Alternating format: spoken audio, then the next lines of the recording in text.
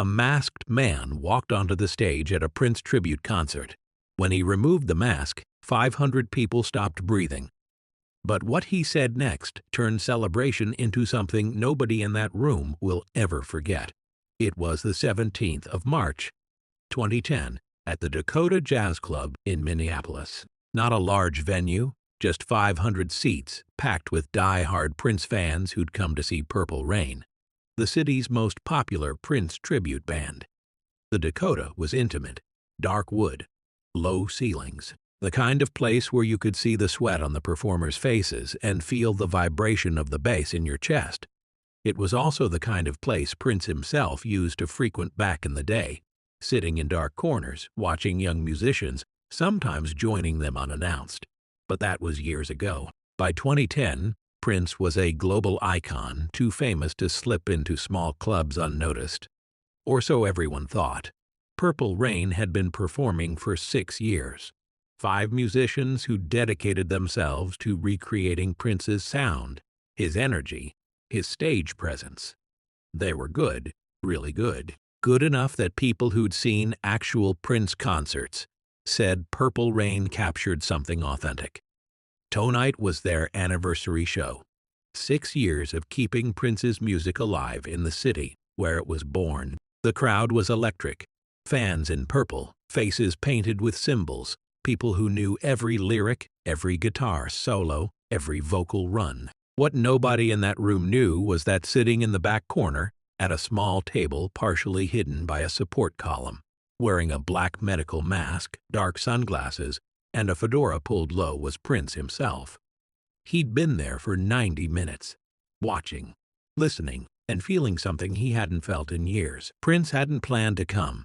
He was supposed to be home at Paisley Park working on new material.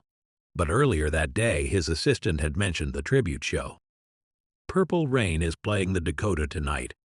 6-year anniversary. Prince had grunted, acting disinterested. But something about it stuck. Purple Rain. People celebrating his music.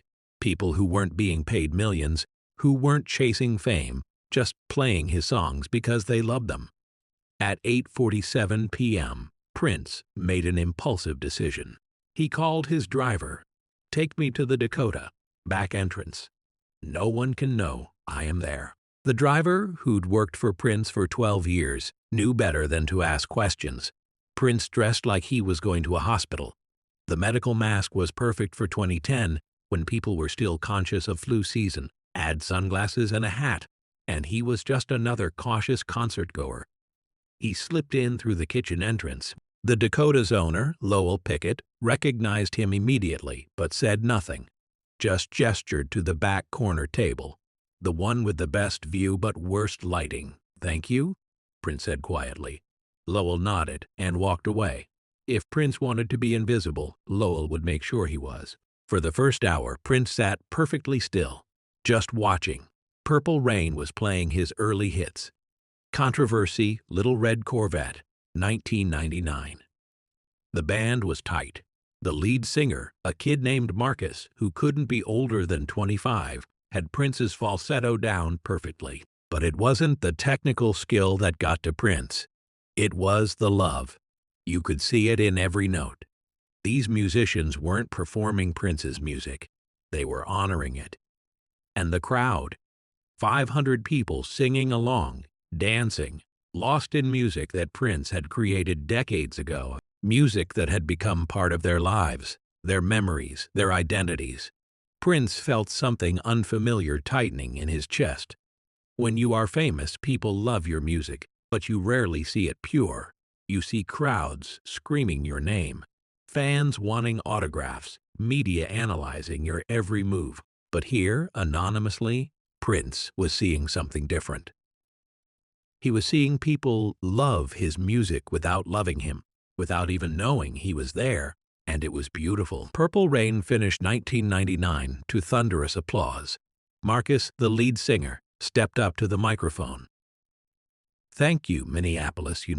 6 years ago, we started this band because we believed Prince's music deserves to live forever. Not just on records, but live, felt, experienced." The crowd cheered. "Tonight, we're going to do something special. We're going to play the song that started it all. The song that made us believe music could change your life. The opening notes began.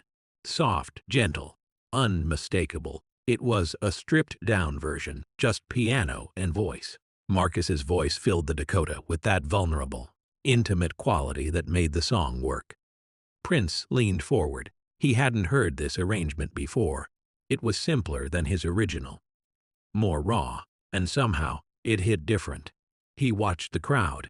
People had their eyes closed. Some were crying. A woman in the third row was holding her partner's hand so tight her knuckles were white. And Prince realized something that made his breath catch. They weren't crying because of him. They were crying because of what his music meant to them. The memories attached to it, the moments it had soundtracked, the pain it had helped them through. His music had become bigger than him. That is when Prince stood up. Several people nearby noticed the masked man standing. A few glanced over, then looked back at the stage. Just another fan moved by the music. Prince didn't plan what happened next. He just moved. Started walking toward the stage, slowly, deliberately. By the time he was halfway through the crowd, people started noticing. Not because they recognized him. The mask and hat made that impossible. But because something about the way he moved commanded attention. Marcus was deep in the second verse when he noticed the masked figure approaching the stage.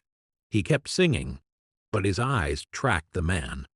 Security started moving toward Prince, but Lowell, watching from the bar, held up his hand. Wait. Prince reached the stage steps. Marcus had stopped singing now. The piano player's hands froze on the keys. The whole band was staring.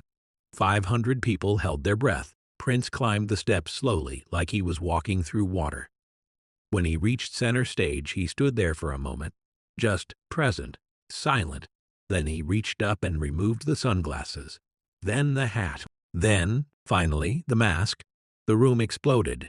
Not in screaming, not in chaos, in gasps, in shocked silence, in the collective realization that Prince, the actual Prince, was standing on stage at a tribute concert for himself. Someone in the crowd started crying. Then, someone else. Then, everyone. Marcus stood frozen, mic in hand, unable to process what was happening. The other band members looked like they'd been struck by lightning. Prince looked at the guitar player, a woman named Sara who'd been playing Prince's music for 6 years, studying every solo, every technique, every tiny detail. May I? Prince gestured to her guitar. Sara couldn't speak. She just handed it over with shaking hands.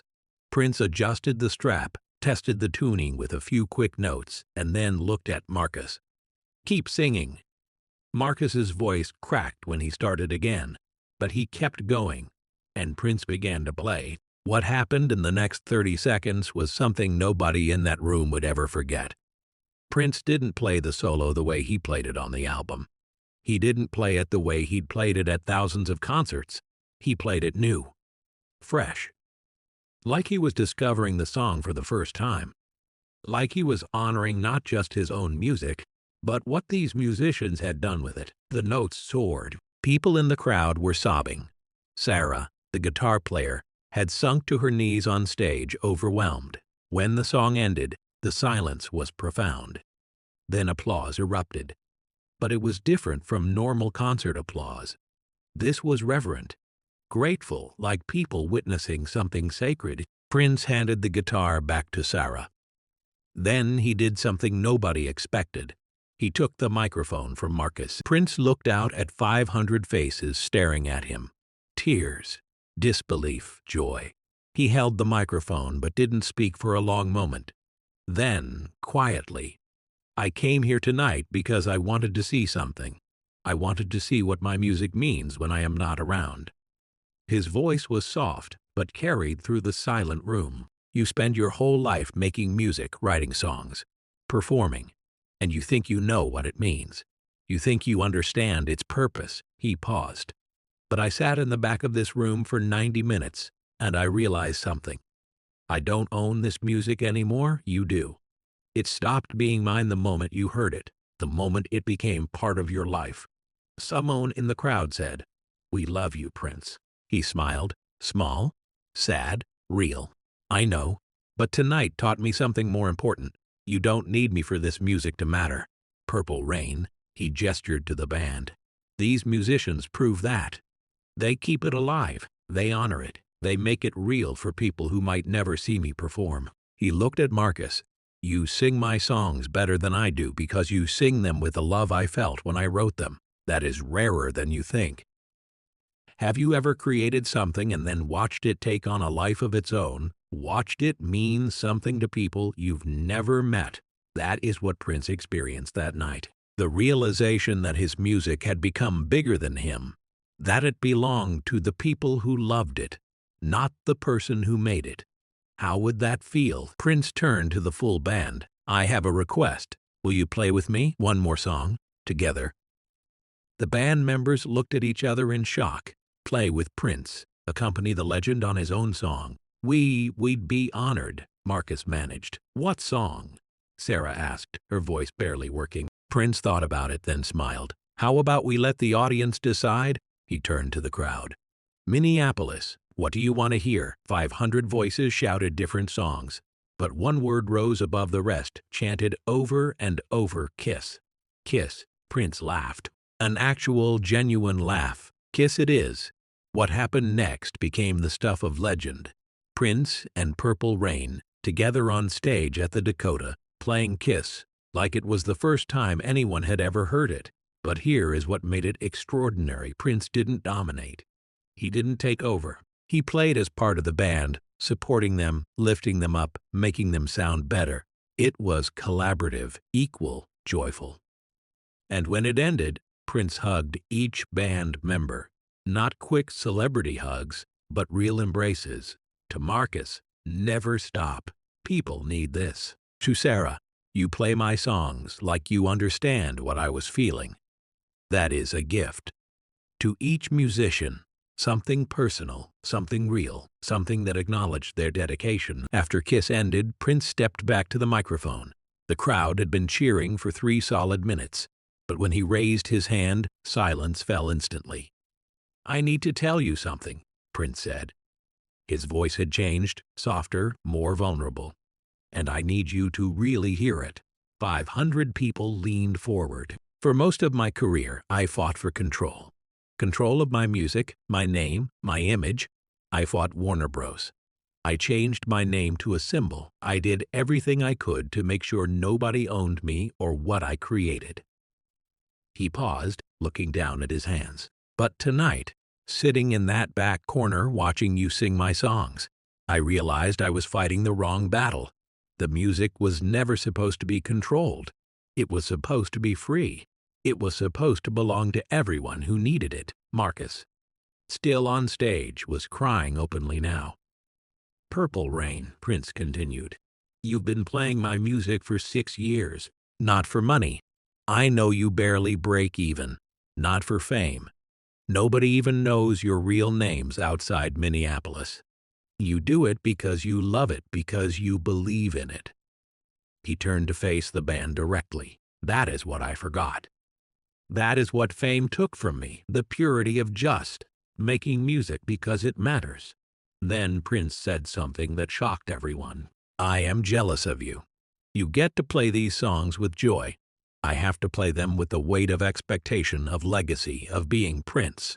But you just get to play them because they're beautiful. Sara found her voice. Prince, your music saved my life. When I was 17, I was in a dark place. Your songs were the only thing that made me feel less alone. Prince looked at her. That is why I make music. Not for the charts or the awards. For moments like that, for people like you. Prince stayed at the Dakota for another hour, not performing, just talking. With the band, with fans, like a normal person having normal conversations about music and life and art. People took photos, but Prince didn't pose like a celebrity. He just existed present, human. Before he left, Prince pulled Marcus and Sara aside. I want to do something, but I need you to keep it quiet. They nodded, still in shock that any of this was real.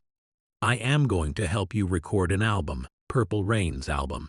Not covers of my songs, your arrangements, your interpretations.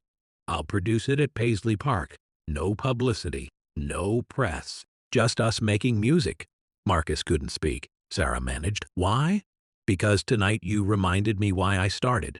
The least I can do is make sure more people hear what you are doing over the next 3 months. Prince worked with Purple Rain in secret. They recorded 12 songs at Paisley Park. Prince produced but never overshadowed. He lifted them up, made them sound better, taught them studio techniques they'd never dreamed of learning. The album, called Rain, was released independently in 2011. It sold modestly, about 15,000 copies. But every music critic who reviewed it said the same thing. This tribute band somehow captured Prince's spirit better than Prince himself had in years. Because they played with freedom, with joy, without the weight Prince carried. That night at the Dakota changed how Prince thought about his music. In interviews after 2010, he started saying things he'd never said before. Music doesn't belong to the person who writes it. It belongs to the person who needs it. The greatest compliment isn't someone buying your album. It is someone making your song their own. Legacy isn't about controlling how people remember you. It is about giving them something worth remembering. Prince started actively supporting tribute bands. Not just Purple Rain, but dozens of them worldwide.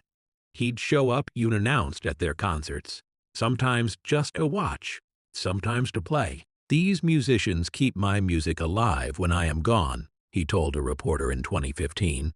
They're not copying me. They're continuing a conversation I started. A year before his death in 2016, Prince returned to the Dakota one more time. Purple Rain was playing their 10th anniversary show. Prince didn't go on stage this time. He just sat in his usual back corner, masked and anonymous, and watched. When the show ended, he left without revealing himself. But he left an envelope for Marcus at the bar. Inside was a note. Thank you for reminding me what this is all about. Keep playing. Keep believing. The music is yours now. When Prince died on the 21st of April 2016, Purple Rain was devastated. They'd lost not just a legend, but a friend, a mentor, a collaborator. They almost disbanded.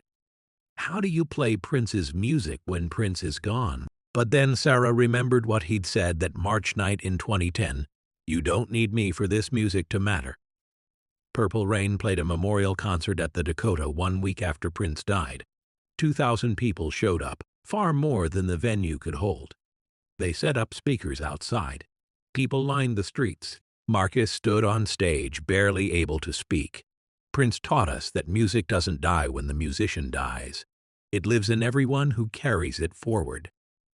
They played Purple Rain. All 2,000 people sang along. And somehow Prince was there. Not physically, but in every note, every tear. Today, Purple Rain still plays. They've been performing Prince's music for 15 years now. They tour nationally. They teach workshops. They mentor young musicians. And they never forget what Prince told them. This music is yours now. Honor it by keeping it alive. The greatest legacy isn't controlling how people remember you. It is giving them something so powerful they can't help but carry it forward. Prince spent decades fighting for control. Then, one night, he realized the most powerful thing he could do was let go. Let the music belong to everyone who loved it. Share this story with someone who needs to remember that the things we create aren't really ours. They belong to the people they touch, because that is when art becomes immortal. On the 17th of March 2010, Prince walked into the Dakota Jazz Club wearing a mask. He sat in the shadows for 90 minutes, watching strangers play his music, and something shifted inside him. For 30 years, Prince had fought for control. Control of his masters. Control of his name. Control of his image. He'd battled record labels, changed his name to a symbol, done everything possible to own his art completely. But that night, watching Purple Rain play with pure love and zero expectation, Prince learned something that would define his final years. Control is an illusion. Music belongs to whoever needs it. When he removed his mask and stepped on that stage, Prince didn't take over, he joined. He collaborated. He lifted up musicians who dedicated their lives to honoring his work. And in that moment, Prince's relationship with his legacy changed forever. He stopped trying to control how people experienced his music.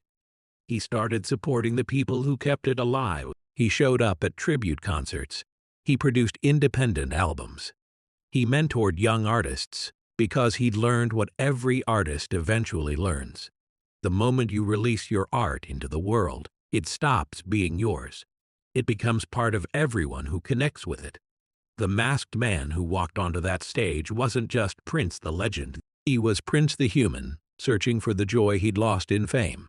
And in that small club, with 500 people who loved his music more than his mystique, he found it again. 500 people stopped breathing when Prince removed his mask. But what he said next, "You don't need me for this music to matter," gave them permission to breathe again, to play his music after he was gone, to keep it alive, to make it their own. Prince's greatest performance wasn't at the Super Bowl or Madison Square Garden. It was at a small club in Minneapolis where he showed up in disguise and learned that letting go is the ultimate form of control.